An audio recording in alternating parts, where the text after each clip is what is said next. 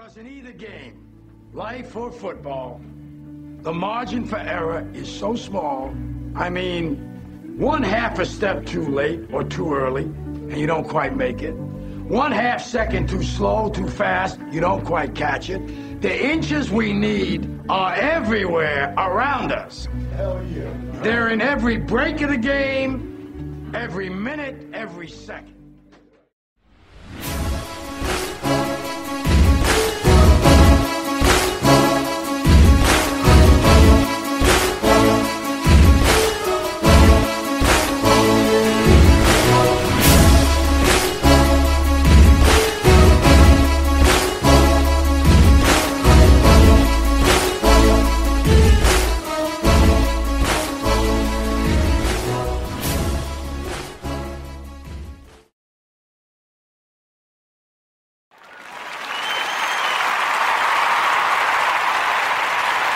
Sorry, everybody. Had a little bit of trouble with the audio there. Story of my life. I say that tongue-in-cheek. I never try to raise my hand to God and say, poor me, because I know that somewhere in this world there are Iraqis running from ISIS up the side of the hill carrying their children. So I never feel too bad for myself. And a lot of times if I do feel bad for myself, that just means I need to go find people that are worse off than myself. And a lot of times these people are happier than we think they are. I bet you can go pick any group anywhere and you'll find a group within that group that could be happy somehow, some way. They make the best of it. They're still taking in oxygen.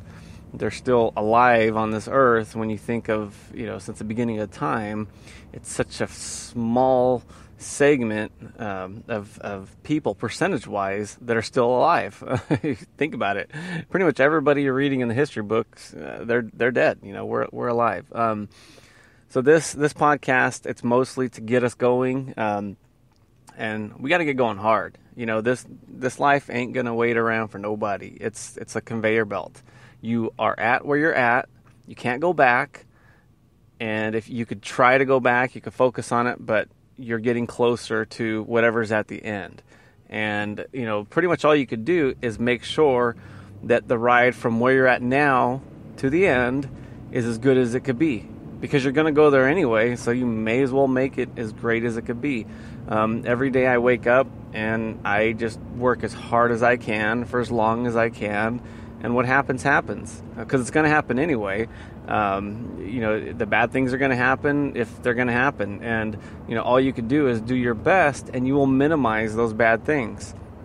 And what am I talking about? It's when you have a person that's focused on the negative things, they're going to see the negative things. And, just that in itself is probably worse than the event. How many times have we worried about something for it to not happen to anything? I was just talking to a friend yesterday, and he had the health department come to his company, and he was getting a review. And actually, they had to go to court. There's a judge and everything. It was, the upper, the third person at the health department wanted to shut them down.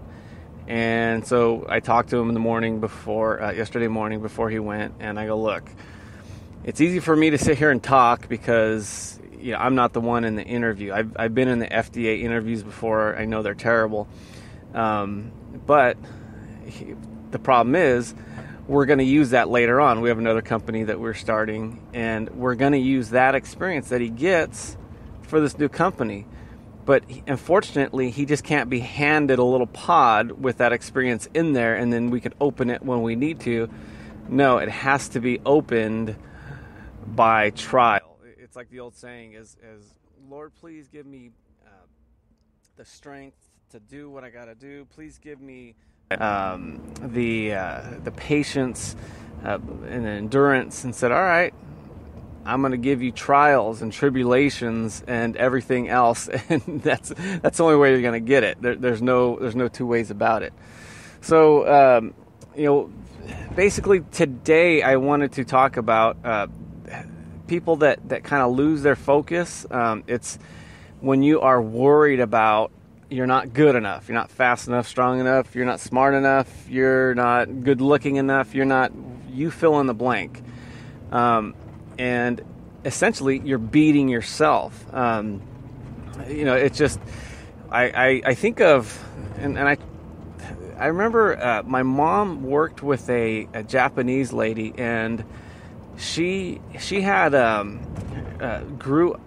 don't know if she was actually in the internment camps when I think her folks were in the I think she was in the internment camps, Japanese internment camps, when she was very little, and her parents were brought there, and they had to go through what they had to go through. They get uprooted and all the other things, and it's probably scary as hell, because you don't know what's going on, and everybody's a little another understatement. Everybody's very heightened to, hey, we're at war with Japan, and here's these Japanese, and so everybody has worse fears. But of all the times I've talked to her, and I used to go in and work in their warehouse in the summer, and every time I talk to her about everything, I run my mouth, I'm always talking about stuff. She's never brought it up once. And, I think when a group focuses on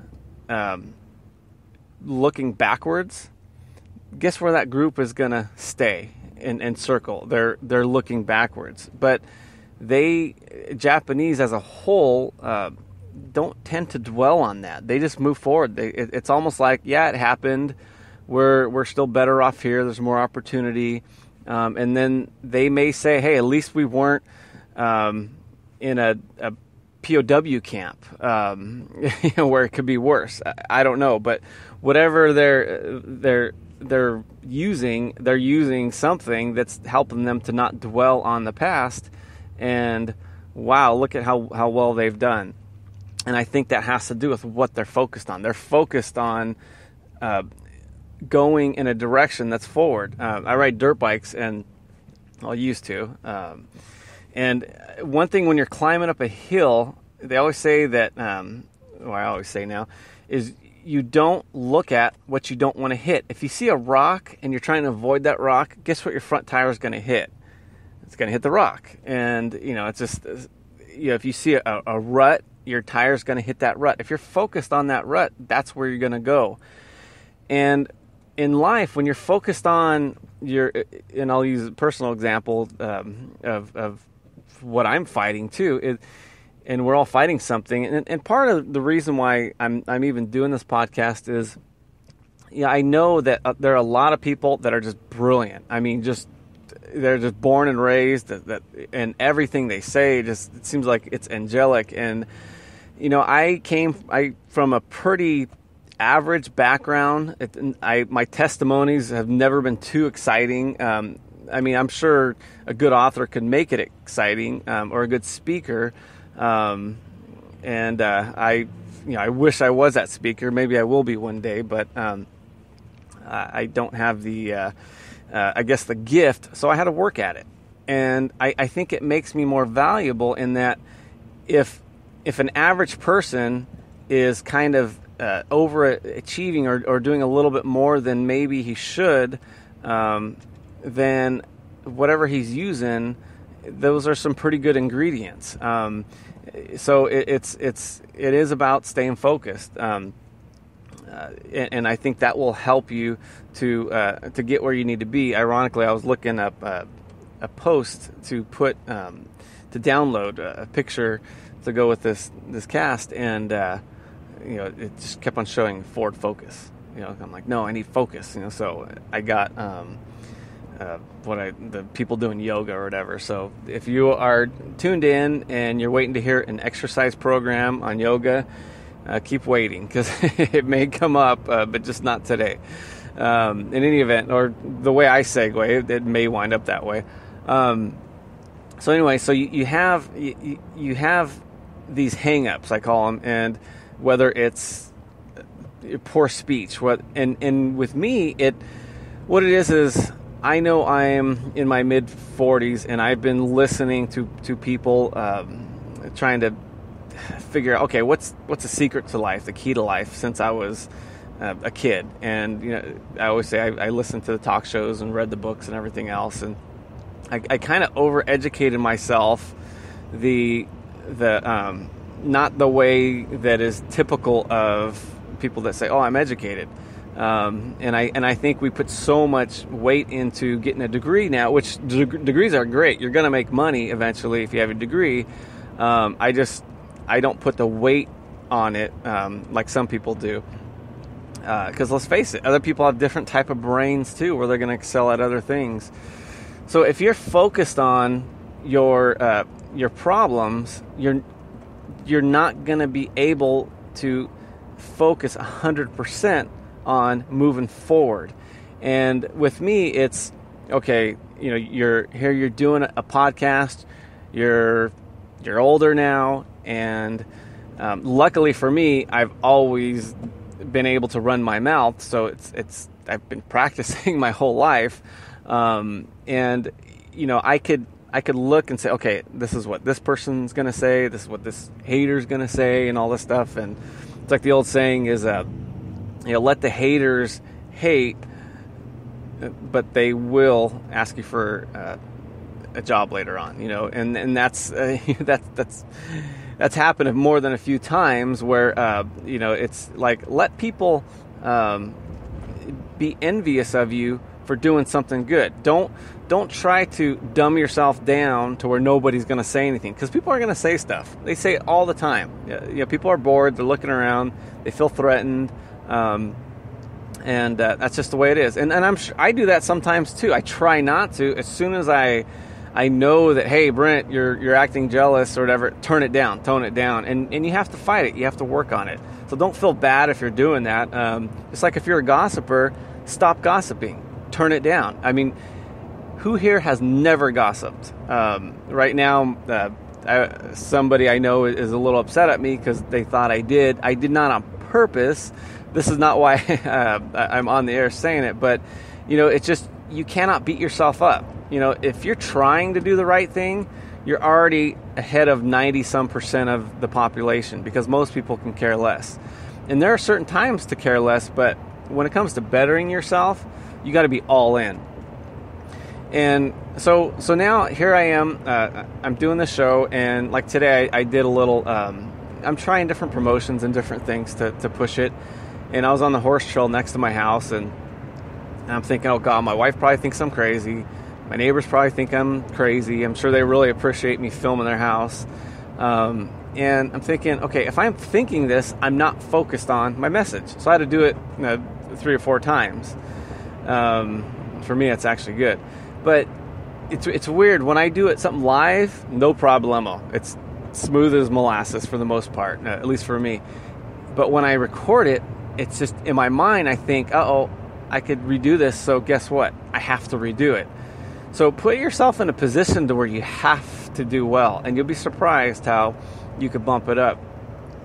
So anyway, so you're doing whatever you're doing, and you're thinking about, I'm not educated enough. And like I was saying the other day, is I did have that hang up, so I went to school, because I did drop out at a young age, and it always bothered me. So I just went to a community college. I just studied my ass off, got good grades, and for me, that's not easy. I'm telling you, I will put my stupidity as far as book smarts up against anybody. So anyway, I did get just like a B average. I tried to get A's and I got B's, and story of my life. But so I was happy with that. Okay, so if anybody ever says, you can't, well, I have this little piece of paper somewhere that says I could. But I felt like I wasn't strong enough to overcome that hang-up, so I did something about it. So I think we all need to, on one hand, not focus on it, but if we can't, just do something about it.